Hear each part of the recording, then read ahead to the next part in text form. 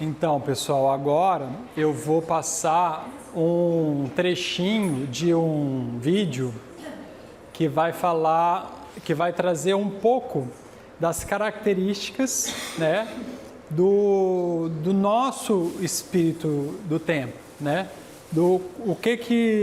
Como que nós estamos vivendo esse espírito do tempo hoje, né? Esse primeiro momento da palestra, essa primeira parte, eu trouxe ali vários exemplos, né, para ficar claro um pouco como é que esse conceito atua e que perspectivas nós podemos trazer desse conceito, né?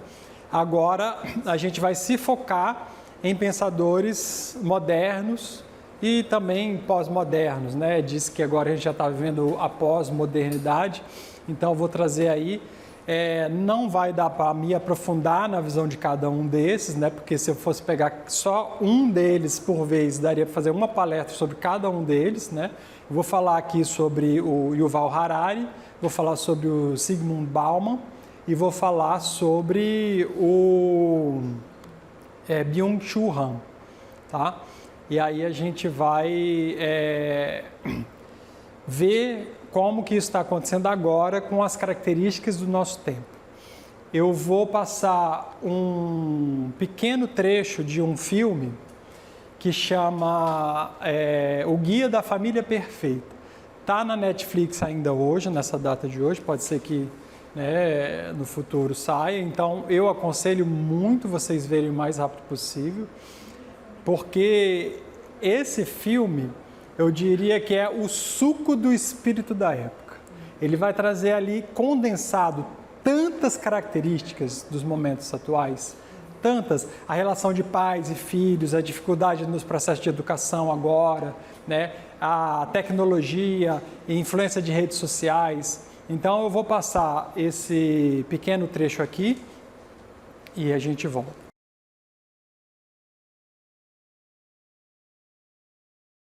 Esse filme ele é interessante, ele é uma comédia, né? Mas ao mesmo tempo ele fala de coisas muito sérias que estão acontecendo, né? A postura desse jovem é o reflexo de muitos jovens hoje, né? Uma fragilidade muito grande, né? Eu atendo jovens assim e atendo pessoas que fazem o papel daquele empregador que está ali lidando com esses jovens e isso acontece mesmo, é exatamente assim. Chega atrasado, não está nem aí, sai mais cedo porque vai resolver alguma coisa pessoal assim, sem nem perguntar. Essas questões, né, vão contagiando, vamos dizer assim, uma forma de pensar de toda uma geração, né? Nos Estados Unidos eles gostam de fazer estudos estatísticos, né, fazendo generalizações por gerações. Ficou muito famoso, inclusive de vez em quando a gente usa nomes assim, né? Geração millennial, os boomers, os baby boomers, né? Os millennials, geração X, Z. E aí, essa geração agora, né, que eles chamam de geração Z, é essa geração que também está conhecida como a neném, né? Geração neném, nem estuda nem trabalha. É uma geração que está com muito pouco compromisso com o social.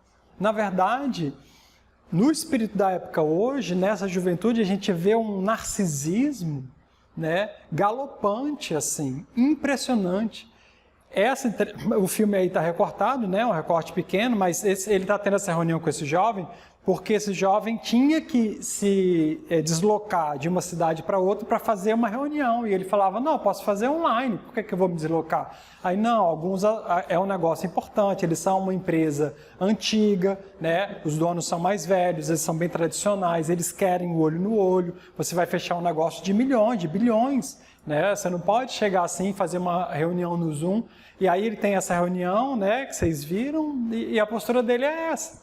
E no final, já dando um pequeno spoiler, ele não vai, ele simplesmente não vai. Marcam a reunião e ele não vai, não aparece. E eles perdem o negócio com uma grande companhia. E isso tem acontecido, porque o foco agora está muito no indivíduo, está muito no eu, no meu, na minha necessidade, né? Você vê que os argumentos dele, todos partem, o argumento desse jovem, todos partiam do desejo dele, né? E isso vai sendo mostrado em diversas cenas, né? Além disso, no filme vai mostrar a relação do cara que estava fazendo lá a entrevista com a filha dele, uma filha adolescente, com um filho mais novo que já é da próxima geração, né? A relação com tecnologia e redes sociais que nós temos. Eu vou indicar alguns filmes e documentários ao final da palestra, né, que eu aconselho fortemente vocês verem para ilustrar diversas coisas que a gente falou, né, que a gente conversou aqui hoje, mas seguindo adiante, uma das pessoas que fala bastante atualmente, né, sobre os movimentos de agora, comparando e fazendo uma análise histórica, é esse professor de Israel chamado Yuval Noah Harari, né? Ele escreveu um livro chamado Sapiens, uma breve história da humanidade, Homo Deus e 21 lições para o século XXI. Né? Eu li o Sapiens e o Homo Deus. São livros excelentes, são dois livros bem substanciosos, né? Não são livrinhos simples nem leves, mas assim, não são livros difíceis, é um livro histórico mesmo, onde ele traz vários dados.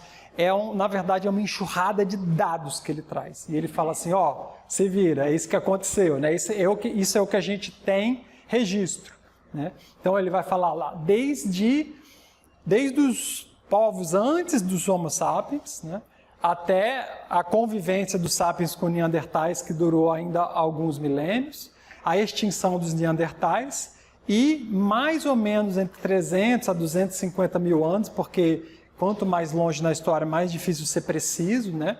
E 50 mil anos não é um intervalo curto, mas muitos estão considerando mais aí 250 mil anos. Os sapiens como uma espécie já proeminente, né, dominante, que começa enfim, influenciar bastante a história como a gente conhece. E nós sabemos muito pouco sobre eles, esses primeiros sapiens, mas sabemos que eles eram coletores, catadores, né, nômades que viviam sempre buscando melhores condições e que não ficavam em um só lugar. E isso marcou o modo de vida deles durante milênios e milênios e milênios, né? Até que acontecem algumas revoluções, né? Com os sapiens, o Harari diz que surge a revolução cognitiva. Comparado com os seres humanos anteriores, antes só tinha registros de cerâmicas, né? de utensílios feitos de barro, tudo muito rústico, né? Muito simples. O Homo sapiens, ele começa a afiar pedras, né? Ele começa a caçar de uma forma mais estratégica, se observa através das pinturas, surge a arte, aí, né, pinturas rupestres, se observa a partir de alguns rastros deixados que houve uma revolução cognitiva, que aconteceu como um salto quântico, né? E essas pessoas começaram então a se organizar socialmente de forma mais metódica, né, ter estratégias em diversos setores da vida. E isso ficou durante um bom tempo, até que acontece uma outra grande revolução, que é a revolução agrícola, né, onde se dominou então o conhecimento do pegar sementes, do plantar e do colher esse fruto ficando no mesmo lugar. Isso dá origem, na história que a gente conhece, às primeiras cidades. Então surgem comunidades maiores, pessoas vivendo, né? E daí vão surgir alguns tabus, que a esse período também se chama de era patriarcal.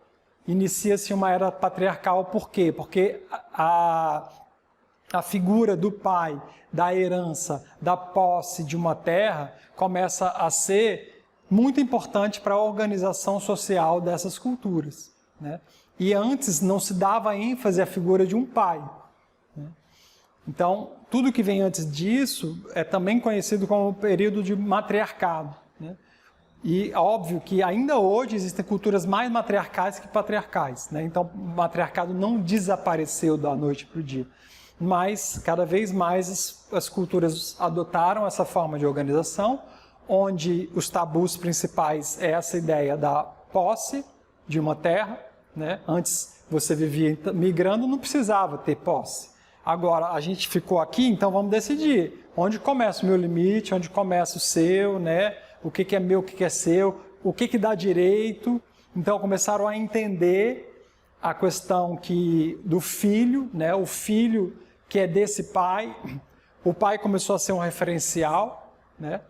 Então, muitas questões foram mudando na mentalidade do ser humano, né? Muitas questões começaram a mudar e, por fim, veio a Revolução Científica, né? Que vem ali, não tem um período preciso, mas começa, né, com o Iluminismo, né? Pode até se dizer que no renascentismo já tem vários traços, daí depois vem o Iluminismo, né? Vem os métodos científicos de tentar entender e compreender as coisas de uma forma mais aprofundada, até a gente chegar nos dias atuais, onde a ciência é o paradigma que dita o espírito da época, né? Mas em cada um desses momentos históricos a gente observa que haviam outros paradigmas, né? Que isso tinha a ver como todos os seres humanos viviam em coletividade. Então ele vai, em Sapiens, ele vai retratar que houve uma migração do animismo para o dataísmo, já é um nome muito moderno, né? Esse dataísmo. O animismo é aquilo que eu falei agora, né, na primeira parte, que atribui-se consciência, né, a coisas inanimadas. E tem-se uma interação com essas coisas a partir desse pensamento, né? O dataísmo, então, seria uma visão de mundo moderno que enfatiza a importância dos dados e dos algoritmos na sociedade contemporânea, sem atribuir consciência a eles, né? Mas, ao mesmo tempo, existe aí uma inteligência artificial que está coletando dados o tempo todo de tudo que você faz na internet, né? Todos os aplicativos que você usa, tudo está interligado, né? Todas as redes sociais, tudo que você coloca like, dislike, né? Tudo que você compartilha, tudo isso está sendo registrado num enorme banco de dados do indivíduo, e isso está sendo utilizado para te vender produtos, né? Para uma série de coisas que a gente vai ver ali no Byung-Chul Han e também no Bauman, como que isso influencia, né? É um documentário que ainda está na internet também hoje, chama O Dilema das Redes. Ele é um documentário que vai falar muito sobre essa questão dos algoritmos, como eles funcionam, como as empresas utilizam eles, e vocês vão ver que é um esquema perverso mesmo, assim. É um esquema de manipulação muito, muito forte. Inclusive, muitos entendem que isso está sendo usado até para mudar o rumo político hoje em dia, né? Quem domina mais tecnologia e poder de influência de massa através dos algoritmos consegue, inclusive, determinar o resultado de uma eleição. A gente viu isso nos Estados Unidos, numa história recente, a gente vê isso acontecendo no Brasil de uma forma muito ostensiva, na França, na Inglaterra, em diversos países. Não é particularidade de nenhum país isso, né? Isso é uma característica do espírito da época.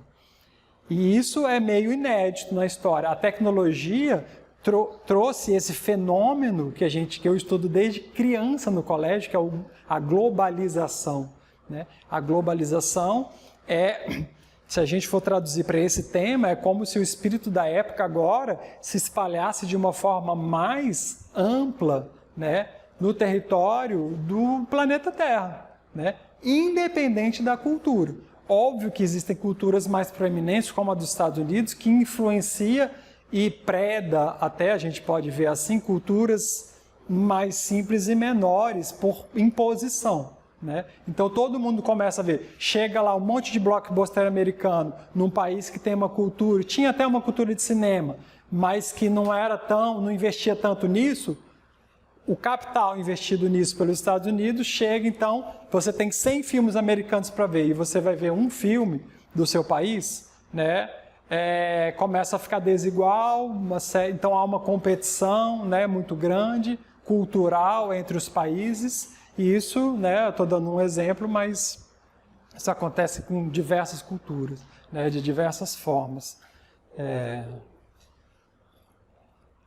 Até que o Harari chega nesse conceito de homo-deus que ele traz. Tem homo sapiens, né? Então ele entende que o ser humano está caminhando para esse homo-deus, que em teoria significa esse homem científico, né? Que não precisa mais de Deus. Na filosofia, tem alguns filósofos aí, né? Então, o Nietzsche, ele é uma das pessoas que vai enfatizar muito isso na filosofia dele, né? Em Gaia Ciência, por exemplo, ele vai falar a famosa frase, os deuses estão mortos, né? Deus está morto, já anunciando assim, olha, agora existe um outro paradigma. E ele não, ali, ao contrário de muitos dizem, até onde eu entendo, ele não está fazendo um juízo de valor, ele está constatando algo, né? Ele está dizendo, olha, hoje as pessoas, o que eles atribuíam aos deuses está sendo explicado pela ciência de alguma maneira, então a gente passa a prestar atenção nisso. Por consequência, os deuses começam a morrer, né? O Jung, ele entende que os deuses nunca vão morrer. Os deuses só vão mudar de roupagem, né? Mas vai haver sempre, porque um pensador muito proeminente também no século passado, que foi o Mircea Eliade, ele vai falar sobre o homo religiosus, né? Que aí faz um contraponto enorme ao homo deus do Harari, né? Porque o Harari parte dessa premissa, a ciência explicou Deus, não há mais a necessidade de Deus. O homem passa a ser criatura e criadora, né? Não precisa mais de um criador. O Mircea Eliade fala, não, o homo religiosus, né, é esse, também surge ali, né, no momento onde os ritos religiosos começam a ficar mais sofisticados, vamos dizer assim, e isso faz milênios, e até hoje nós temos essa parcela. O Jung, que tinha uma atenção também para esse lado do sagrado dentro do ser humano, ele entende que isso não pode ser negligenciado. Então, assim, é interessante trazer o Harari, porque, embora muito moderno o pensamento dele, existem pessoas que ainda hoje pensam de forma contrastante, né? O Jung já morreu há algum tempo, mas muitos ainda defendem pensamentos ou argumentos parecidos com o dele, né? Que esse aspecto que é instintivo até, a religião para Jung seria instintiva também. Ninguém ensinou esses homens do passado a fazer esses rituais. Eles faziam porque algo movia eles de dentro para fora para fazer, né? Algo incentivava, obviamente de fora para dentro também, os fenômenos da natureza sempre foram impactantes, né? Mas explicar como que um fenômeno da natureza funciona cientificamente não anula a existência de Deus. Spinoza foi um que trouxe mais ou menos essa ideia, né? Ele mudou o foco de um Deus tirano e um Deus egocêntrico que precisa, né, que as pessoas façam coisas para agradá-lo. Ele criticava ferozmente isso, o que levou ele a ser excomungado da comunidade judaica. E, ao mesmo tempo, ele não negava a existência de um Deus. Ele falava, a natureza funciona de uma forma orquestrada, muito perfeita, né?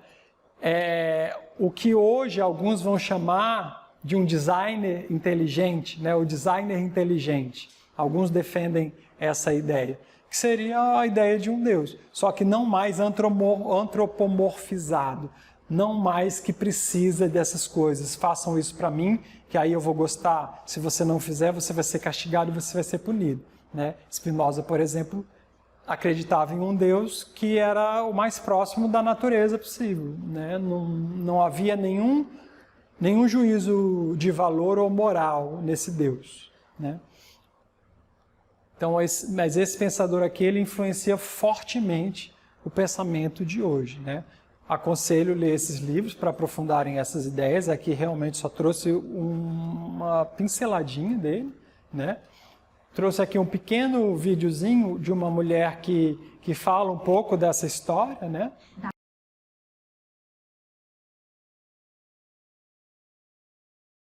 Dar um passo além com mais tecnologias e assim sucessivamente. Então, a gente pode reconstruir e repensar a nossa história, a história da humanidade mesmo, em termos de revoluções tecnológicas que vão permitindo novos materiais, que, por sua vez, permitem novos saltos tecnológicos, a começar, então, 3 milhões de anos atrás com as primeiras ferramentas, 1,5 milhão com a segunda revolução tecnológica, que é a invenção das tecnologias que permitem o cozimento dos animais, 10 mil anos atrás, a agricultura, mais recentemente, no século XIX, a Revolução Industrial, que permitiu que máquinas passassem a executar o trabalho de humanos, embora ainda operadas pelos próprios seres humanos. E, mais recentemente, a gente tem o que o Hans Rosling ilustra, a gente tem máquinas automatizadas, onde você aperta um botão e vai cuidar de outra coisa, enquanto a máquina faz o seu trabalho por você. E hoje, claro, a gente está no meio de uma sexta revolução tecnológica, onde a gente tem a opção de terceirizar as nossas habilidades cognitivas. Cada um de vocês tem no bolso um aparelhinho que é quase clichê hoje em dia dizer, tem muito mais poder computacional do que a NASA tinha quando enviou o homem à Lua. E eu diria que, infelizmente, a gente usa esses aparelhinhos com tanto abandono, com tanto desleixo, que a gente passa a relegar a esses aparelhos a capacidade cognitiva que a gente tem. Mas está aí, essa é a sexta revolução tecnológica, a gente chegou ao ponto onde a gente tem a capacidade de terceirizar a nossa própria habilidade cognitiva. Mas é essa história, então, que permitiu que, num espaço extraordinariamente curto de tempo, em termos evolutivos, a gente fosse de uma dieta crua a ter cultura, agricultura, civilizações organizadas ao redor da distribuição de alimentos, que, com a invenção da eletricidade, tornam esses alimentos disponíveis na casa da gente, sem nenhum tipo de restrição, mesmo chegando ao ponto de conseguir todas as 2.000 calorias que a gente precisa na lanchonete da esquina. Em 15 minutos você consegue ingerir as 2.000 calorias de que você precisa, o que hoje resolve o problema original, cria um outro, que é o excesso, a abundância, né, a facilidade com que a gente obtém um excesso de calorias, que, ironia suprema, a gente hoje tenta resolver voltando às origens da saladinha, da comida crua. Então, o que era o problema, ganhou uma solução, e essa solução se tornou o novo problema da vida moderna. O Harari, ele inicia o Sapiens falando sobre essa questão, que é esse último ponto que ela trouxe agora.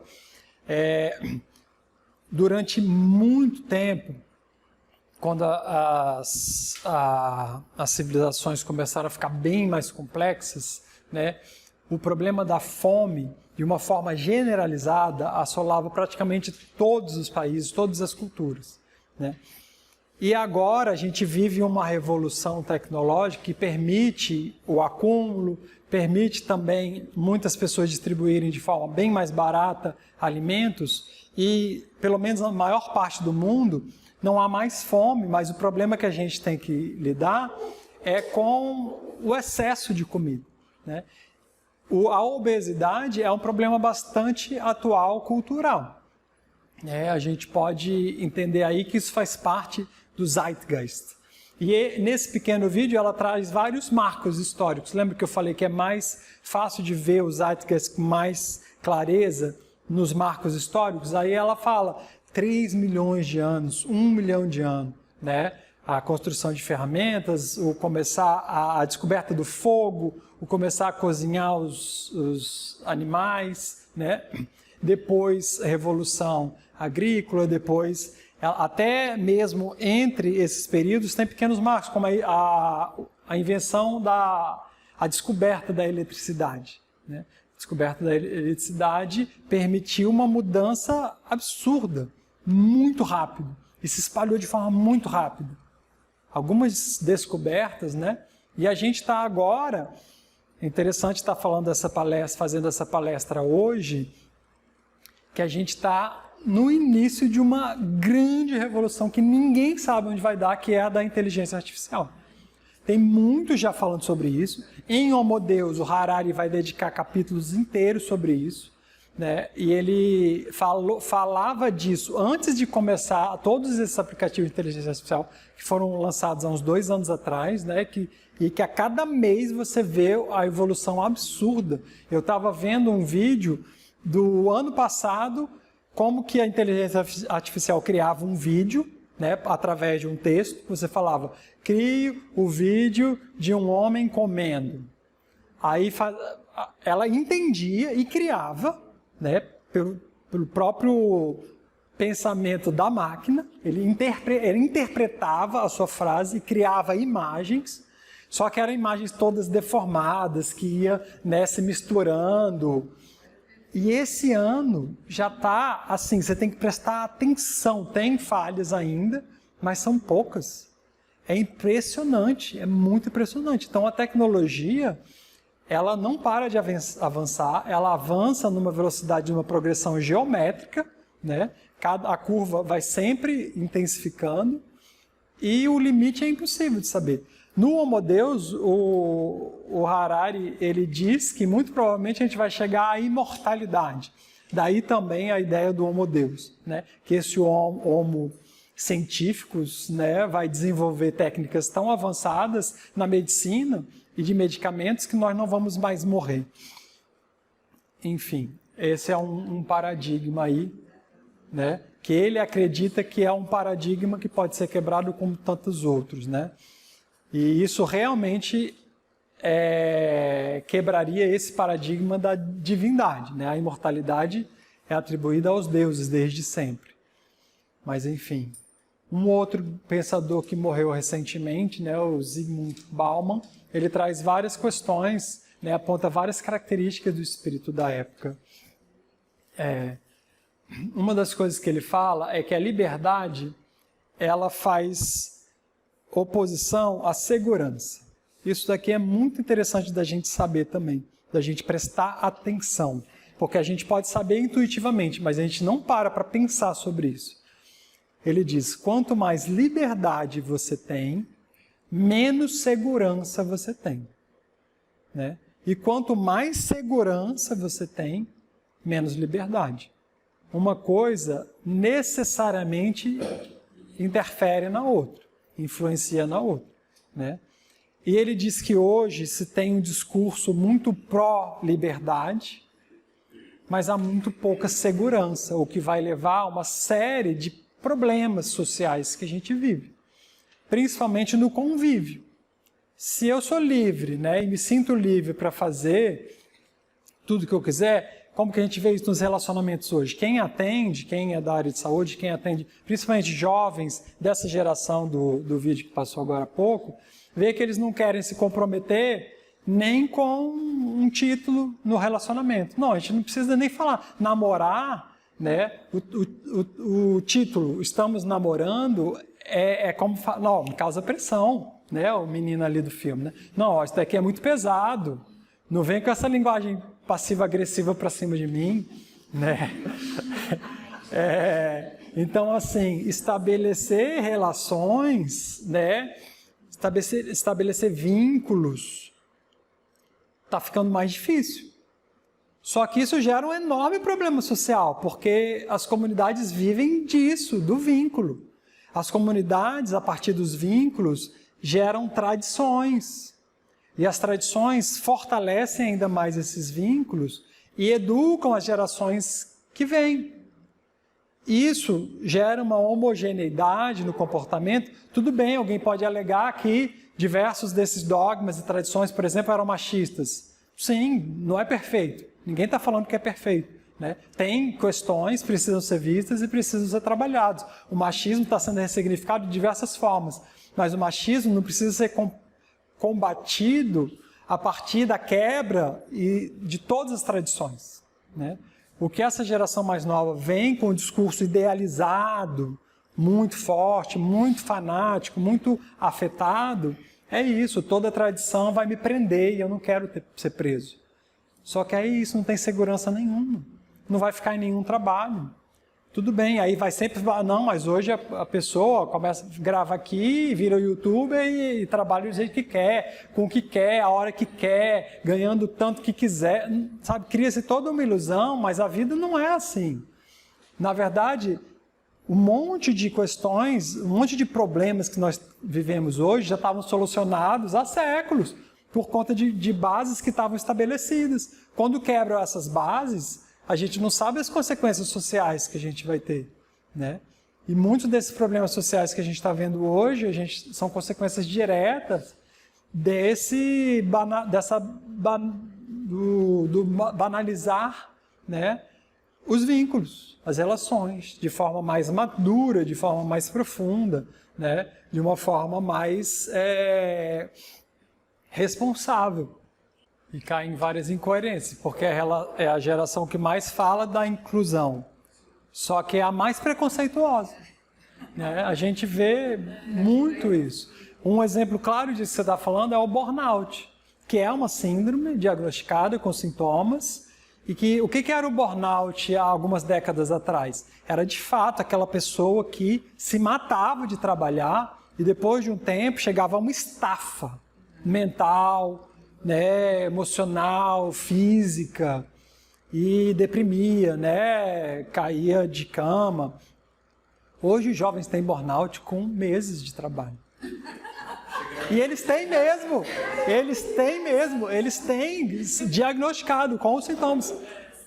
A mente está muito fragilizada, né? A mente está muito fragilizada, né? Burnout continua sendo burnout, mas assim, o que antes levava anos para você ter, o jovem está tendo com meses, é algo a se pensar, né? Sim, valores sociais estão sendo profundamente modificados, né?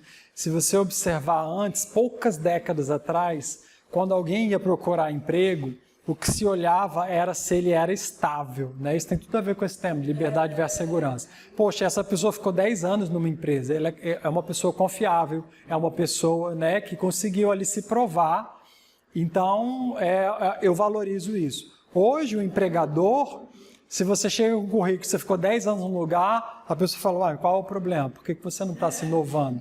Né? Por que você ficou tanto tempo parado no mesmo lugar? Né? Você não está se atualizando. Hoje, isso é um valor inverso um do outro, e em tempos diferentes, né? É o que dita. Então, hoje, realmente, a pessoa começa a ficar 3 anos num lugar que a gente pensa realmente para aprofundar-se profissionalmente. É muito pouco tempo, né? Em qualquer área, mas ela começa a ficar angustiada. Começa a ficar angustiada porque eu estou ficando para trás, eu estou no mesmo lugar, eu tenho que mudar e daqui a pouco eu tenho que abrir a minha empresa, porque o foco, né, o que mais se valoriza é o indivíduo. Então, no fundo, hoje as metas são sempre assim, é o meu negócio, como é que eu vou fazer, né, para eu me destacar. Só que aí gera-se outro problema, será que o mundo tem espaço para CPFs e CNPJs na mesma proporção, né? Começa a gerar diversos problemas que a gente ainda não sabe, assim, a gente não apresenta soluções, a gente observa, se conscientiza disso e fala, temos que pensar a respeito disso, né? Porque senão vai ter mais esse espaço. Eu encontro pessoas, jovens hoje, que até querem ir para espaços coletivos para aprender, só que eles têm dificuldade, porque o pessoal vai saindo e vai abrindo as suas empresas, e aí ele precisa de experiência, ele quer fazer um estágio. Tem áreas hoje que é difícil achar de fazer um estágio, porque vai fazer o estágio com quem? Com um cara de uma empresa de um homem só, né? Vai gerando uma série de problemas, né? A instabilidade social e falta de estrutura elevando a incerteza, isso que a gente está falando, mudanças constantes e aceleradas, né? Individualismo e consumismo exagerados. Aqui o Bauman fala algo muito interessante, ele fala que nos tempos atuais o produto virou o próprio consumidor, né? Então, assim, se você está usando aí redes sociais, você não precisa pagar, né? Aplicativos, tudo que você está usando grátis, que você acha que é grátis, no seu aparelho celular ou no seu computador, o Bauman diz, saiba que isso não é de graça, você está pagando com os seus dados, com os seus padrões de navegações. Você é o produto, né? Então, o Bauman chama atenção para isso, assim, na era de consumismo atual, né, você se torna o produto. Isso gera uma série de repercussões também que a gente precisa pensar, que a gente precisa discutir em sociedade, né, se conscientizar, porque senão gera algo patológico levando a uma histeria coletiva, né? Fragmentação social e conexões superficiais, características do tempo moderno, relações sociais líquidas, fluidas e descartáveis, né? E os laços humanos e a comunidade versus redes sociais. Aqui ele coloca essas duas categorias como também conflitantes, né? Aquilo que eu estava falando agora há pouco. Se você ataca pelo ideal de liberdade, você ataca os vínculos profundos, né? Para você poder transitar por mais tribos, né? Por mais culturas, por mais formas de se comportar livremente, o prejuízo é da comunidade. Se não tem comunidade, como que vão se estabelecer regras básicas de convívio? Então, o desrespeito começa a imperar e começa a gerar essa fragmentação social, né? E as relações começam a ser líquidas. O Bauman usa o termo líquido em oposição a sólido. Ele dizia que quando o modernismo surge na Revolução Industrial, ela surge com paradigmas sólidos. Estabelecem-se bases sólidas e durante décadas, né, mais de um século, isso vai se consolidando de forma a estabelecer padrões. Só que o líquido, ele entende que é o oposto ao sólido. O sólido, você põe aqui uma coisa sólida, ela fica e vai demorar milênios para desfazer com o tempo. O líquido, ele vai assumir a forma de onde você colocar, né? E se você espalhar assim na mesa, ele vai escorrer e vai sumir, né? Então ele deixou de usar o termo pós-modernidade e começou a usar o termo modernidade líquida. E ele fala em um grau de liquidez, né? Que essa liquidez pode ser diversificada, né? Modernity is precisely the degree of liquidity. I am saying degree of liquidity because all modernity was liquid. All modernity specializes in melting the solids, melting the received structures, the received ways of life, and trying to recast them in different molds. What moved the early modern pioneers, the authors of the modern project, was dissatisfaction with the solidity of the existing solid. They believed that they are not solid enough and that the right order we are going to build, the modern order, will be distinct from the past by being really, really solid. What does it mean, being really, really solid? Well, what they meant actually to be a perfect society. The second reservation towards postmodernity was the negativity of it. It suggested wrongly, falsely, but nevertheless the only thing it suggested was what we are not any longer. It's a negative statement. We are not any longer modern. We are something different. But it didn't say how different we are. What is the difference? What's the difference? Some positive statement. What's new about it? Why liquidity? Well, because liquid is notorious for not being able to keep its shape, unless it is forced artificially for a time being to be in a container, like now in this glass, for example. It will spill over, leak, seep. It will change all the time its shape. And that's exactly what our world around is like. It is liquid. We can't rely that when we go out for a trip and come back, the things will be as they were before. They will be certainly changed one way or the other. That's why I selected the metaphor of liquidity to describe the distinction, the distinctive feature of the society in which we live. Well, when I was young, our guru of my generation was Jean-Paul Sartre. He advised us to set each one of us a projet de la vie, project for the whole life. When I was retiring from the university, it was already a quarter of a century ago, when I were telling the students what Jean-Paul Sartre said, they laughed. Project for life? Oh, I would be very happy if I could have a project for next year. Things are changing extremely quickly, very often beyond recognition. Pois é, né? Vocês percebem. E assim, aqui a ideia, e o Bauman, ele não estava procurando um vilão, né? Ele não estava apontando dedos. Ele também estava, como todos antes dele, apontando, ó, esse é o espírito da época, e aí, o que a gente faz com isso? Né? Vamos falar sobre isso, vamos pensar. Porque, de fato, a tecnologia facilita as coisas acontecerem mais rápido. Coisas que demoravam muito tempo, hoje você resolve, às vezes, em segundos. Né? Teve um dia, eu estava prestando atenção nisso, questões do nosso cotidiano.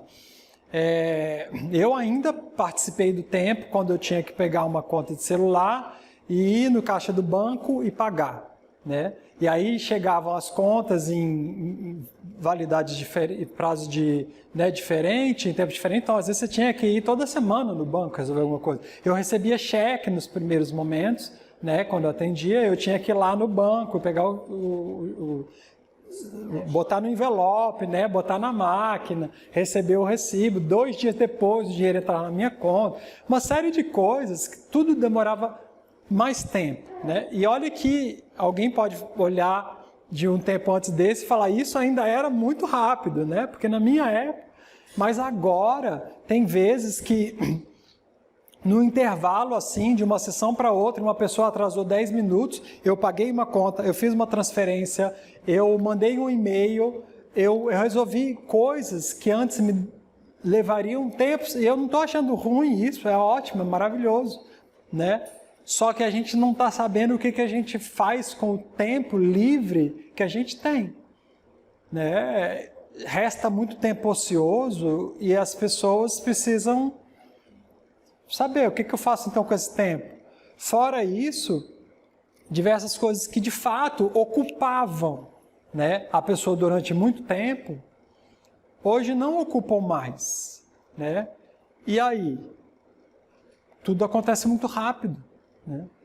Muito rápido, as evoluções. Agora mesmo, essa revolução da inteligência artificial, eu estava vendo um especialista no tema, o próprio Harari fala isso no Homo Deus, vai gerar demissões em massa. Profissões vão deixar de existir quase que da noite para o dia. Quase, em meses, profissões vão deixar de existir. Cursos universitários, aos poucos a gente já vê surgindo e desaparecendo. Sempre foi assim, desde a história da academia. Só que agora tem cursos que deixam de existir no tempo que era para durar o curso. Então, assim, daqui a pouco ninguém vai mais precisar de muitos profissionais, porque você vai ter no seu celular, no seu computador, você vai escrever o que você quer e a inteligência artificial vai criar um produto para você. Que às vezes era um trabalho de que uma pessoa passou anos aperfeiçoando e tendo conhecimento, né?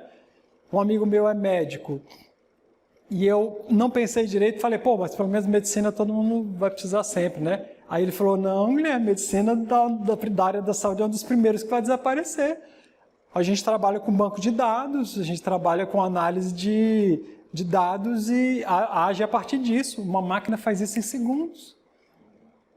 Né? Aí ele falou, olha nos filmes de tipo Star Trek, né, ou esses filmes futuristas, Blade Runner, olha nos filmes de futurístico. Não existe médico, não tem médico no futuro. Porque você é uma maca, é um scanner que passa, você já recebe uma injeção, a medicação já é dosada ali na hora, e é isso. Aí eu falei, caraca, é mesmo, a medicina é um dos cursos mais difíceis de você entrar, você passa anos estudando, anos se especializando. Vai ter que haver mobilização de comunidades, de conselhos, com regras de protecionismo, né? Como os artistas se uniram há um tempo atrás por conta, assim, hoje você escreve e a imagem é criada em segundos para você. E muita gente, de fato, que não precisa de algo tão específico, hoje deixa de usar o trabalho de um artista para usar uma inteligência artificial que cria o desenho que você quer. Então, assim, de novo, aí o que a gente faz? Aí a gente entra naquele dilema, então a gente aborta isso, desliga, esquece a inteligência artificial, e os avanços que isso vão surgir para a própria medicina, para tanta coisa, a gente cura do câncer. Aí o Bauman, no livro Modernidade Líquida, ele traz aqui, né, essa daqui eu trouxe mais só para a gente refletir sobre tudo isso que a gente está falando, é um trecho da Odisseia, uma obra, né, que não é a Odisseia de Homero, várias Odisseias foram escritas a partir de Homero, né, então é uma obra, uma versão apócrifa, né. Então voltaste, ó tratante, ó intrometido, queres novamente nos aborrecer e importunar? Queres novamente expor nossos corpos ao perigo e forçar nossos corações sempre a novas decisões? Eu estava tão feliz, eu podia chafurdar na lama e aquecer-me ao sol. Eu podia comer e beber, grunhir, guinchar. Eu estava livre de meditações e dúvidas. O que devo fazer, isto ou aquilo? Por que vieste? Para jogar-me outra vez na vida odiosa que eu levava antes? Aqui ele está trazendo o diálogo de um dos tripulantes, né, do barco de Ulisses, na Odisseia, que foi transformado em porco, e Ulisses descobriu o antídoto, né, a fórmula mágica para voltar, e quando ele transforma, né, o seu marinheiro de volta, ele vem com esses questionamentos. E o Bauman fala, esse é o questionamento que a gente tem com a liberdade, né? A liberdade é ao mesmo tempo a gente quer, mas quando a gente não sabe como lidar com ela, porque gera uma série de problemas que a gente não tem as respostas. E é só vivendo para ir sabendo, né? Mas enfim, e só para finalizar, né, a visão de Byung-Chul Han, onde ele traz aqui alguns contextos, né? Quem é a assinatura da Casa do Saber, lá tem um curso muito legal, né, onde ele vai trazer vários desses conceitos aqui, não o Byung-Chul Han, né, um professor, vou esquecer o nome dele agora. Mas ele vai, então o Byung-Chul Han, os conceitos que ele traz é a sociedade do cansaço e do desempenho, onde tem excesso de trabalho e o trabalho como uma autorrealização, sobrecarga de informações, conectividade digital e disponibilidade constante, esgotamento físico e mental, sentimento de potência através da autopromoção, superprodução leva à exaustão da potência, então a gente gera paradoxos, né? Tecnologia avançada, padrões de comparação, autocobrança, autoexploração, né, que ele chama de autofagia pessoal. Aqui ele está falando, né, a partir do momento que eu sou a minha própria empresa, que é esse movimento, eu não tenho mais hora de trabalho. E muitas pessoas, se de fato elas fazem o que elas gostam, elas trabalham o tempo todo elas estão trabalhando. Quebrou-se a barreira do limite eu saio de casa, eu vou para um lugar, eu boto ponto, trabalho esse tanto de tempo, eu volto e eu separo a vida do trabalho e a minha vida pessoal. Então, nisso, eu estou trabalhando o tempo todo, é mais fácil de fato de eu chegar a um esgotamento, né? Ao mesmo tempo, eu crio a percepção de que eu estou sempre atrasado. Se você parar para ver o discurso mais comum, você fala, tá sumido, o que aconteceu? Nossa, uma correria, né? Todo mundo está corrido hoje, né? É padrão. Começa-se uma conversa social hoje assim. Eu mesmo falei isso o tempo todo, né?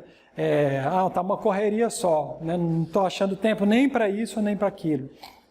Então, isso gera uma série de coisas que se retroalimentam, né? E vão gerando um indivíduo, né, moderno, vamos dizer assim, estressado, inseguro, cansado, que tem que mostrar desempenho o tempo todo, e não é mais um patrão que está te cobrando, mas é você mesmo, porque você é o dono da sua própria empresa, e isso de fato acontece, a dinâmica é exatamente a mesma, só que antes você processava o seu chefe, que mandava mensagem no dia de semana. Mas se você está no final de semana, mas se você está trabalhando porque você quer no final de semana e o final de semana inteiro, para quem que você vai mandar mensagem? Né? Domingo passado eu passei o domingo inteiro fazendo esses slides. E eu sou o meu chefe, eu escolhi fazer isso. Né? E é assim, quando a gente sai desse lugar do trabalho e o trabalho passa a conviver ao mesmo tempo que a minha vida pessoal, eu estou ali na mesa, comendo com meus familiares, mas eu estou respondendo mensagem de WhatsApp. Né? Porque você tem essa facilidade. Antigamente não era possível. Né? As coisas do consultório ficavam no consultório, mas agora eu estou almoçando e é assim, Guilherme, não vou poder ir hoje, será que a gente tem um horário, a gente pode ir... Aí eu vou lá ver minha agenda, vou fazer coisas de trabalho. O trabalho está toda hora invadindo o seu espaço pessoal, né? O seu espaço de lazer. E isso gera problemas emocionais, psicológicos, que a gente não para pensar. Né? A baixa tolerância à frustração é característica do espírito da época também. Né? E ainda, além de tudo, ele fala da sociedade do espetáculo. Né? A sociedade do espetáculo, ela é causada, né? Nesse documentário O Dilema das Redes, isso está mostrado de forma bem clara. Né? Mas as redes sociais, elas vêm trazendo uma superexposição. Você quer mostrar, tudo que você vai fazer, você quer mostrar. Eu saí, olha, eu estou num lugar bonito, aí eu vou mostrar. Eu estou comendo, olha, aí arrumo toda bonita a comida assim, eu vou mostrar. E aí que é a superexposição, o tempo todo você está se expondo. E você cria, e isso é natural, isso é instintivo também do ser humano, uma certa curiosidade, um certo voyeurismo. Né? Esse voyeurismo é explorado de forma que não é saudável. Né? As pessoas ficam ali então stalkeando, é um termo novo também moderno, é stalkear. Eu fico stalkeando do inglês, né? Stalker. Eu fico stalkeando a vida dos outros, eu fico observando, todo mundo está se expondo, e aí se eu não me exponho, principalmente quando você é jovem, depois que você está mais maduro, mas está um pouco mais velho, você fala, não preciso disso, e sabe? Mas o jovem, no Dilema das Redes, eles mostram muito isso. Todo mundo está com o celular, você não vai estar? Todo mundo está fotografando a comida, está mostrando o que está comendo, você não vai mostrar? Aí você começa a sofrer um bullying social, você começa a sofrer preconceito, você fala, mas você não mostra isso, mas você não faz isso, mas você isso, aquilo.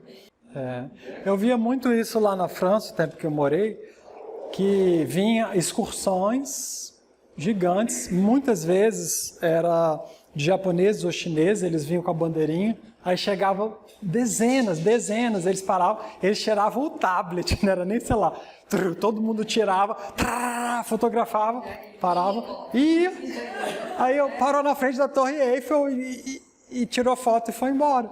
Mas isso são características da sociedade do espetáculo, né? Superficialidade, narcisismo, vigilância e controle, porque o tempo todo eu estou vigiando o outro, o tempo todo eu estou controlando, porque eu estou vendo, mas você postou isso? Você não disse que agora, no ano novo, na rede social, você não disse que ia ser mais saudável? Você não está sendo mais saudável, você está fazendo isso. As pessoas estão se vigiando, estão se controlando o tempo todo, porque você está se expondo o tempo todo, né? O inferno do igual. Todo mundo quer fazer igual, as mesmas coisas. A criatividade é totalmente limitada, minada. Né? Se você entra... Agora tem essa questão, indivíduo versus coletividade. A gente está falando aqui do homem genérico.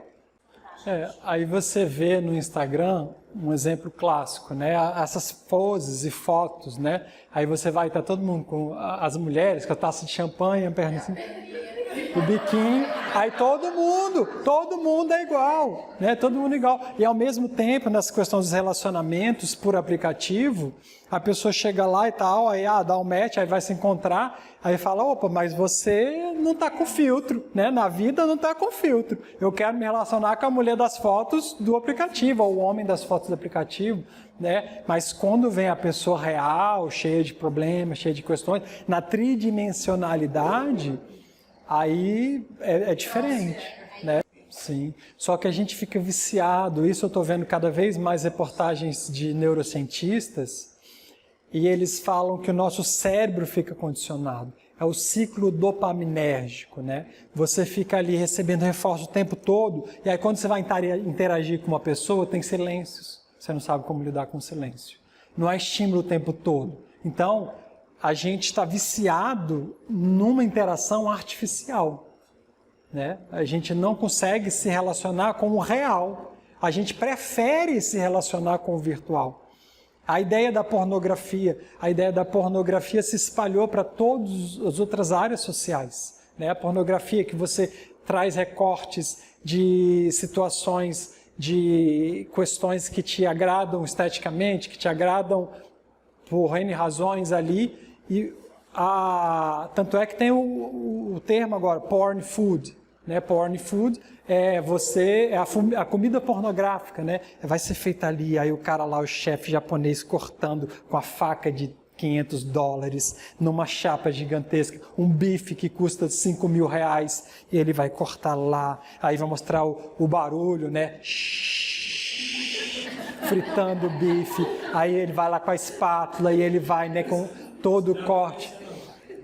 Porn food, tem toda uma indústria agora de produção de vídeos, assim, então você fica lá vendo comida, né? Aí quando você vai comer a sua comida real, fritar na sua tramontina, aí você fala, pô, não tem o mesmo apelo visual. Mas isso serve para tudo. Então, assim, a gente está tendo tanto estímulo visual, porque está tudo sempre bombado, as cores bombadas, assim, nesses aplicativos de foto, né? Hoje você tem tanto algoritmo na fotografia do celular que daqui a muito pouco tempo não vai ser mais você. Já vai fazer plástica, né? Não vai ser você que vai aparecer ali. Já está assim, né? Mas enfim, vamos só finalizar aqui com algumas citações. Sem a presença do outro, a comunicação degenera em um intercâmbio de informação. As relações são substituídas pelas conexões e assim só se conecta com o igual. A comunicação digital é somente visual, perdemos todos os sentidos. Vivemos uma fase em que a comunicação está debilitada como nunca. A comunicação global e dos likes só tolera os mais iguais. O igual não dói, né? E aí vem o Jung.